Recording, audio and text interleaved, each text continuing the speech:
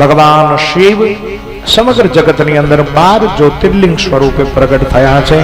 એમાં સર્વપ્રથમ મેરે ભાઈ બહેન सोमनाथ, त्यारबाद श्रीशैलम मल्लिकार्जुन, उज्जैन नी अंदर महाकाल। काल भी उसका क्या करे जिसके पास हो महाकाल।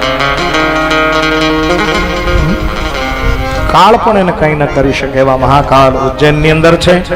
ओमकारेश्वर में अमलेश्वर महादेव छे। हिमालय नी अंदर साक्षात भगवान केदारनाथ विराजित छे।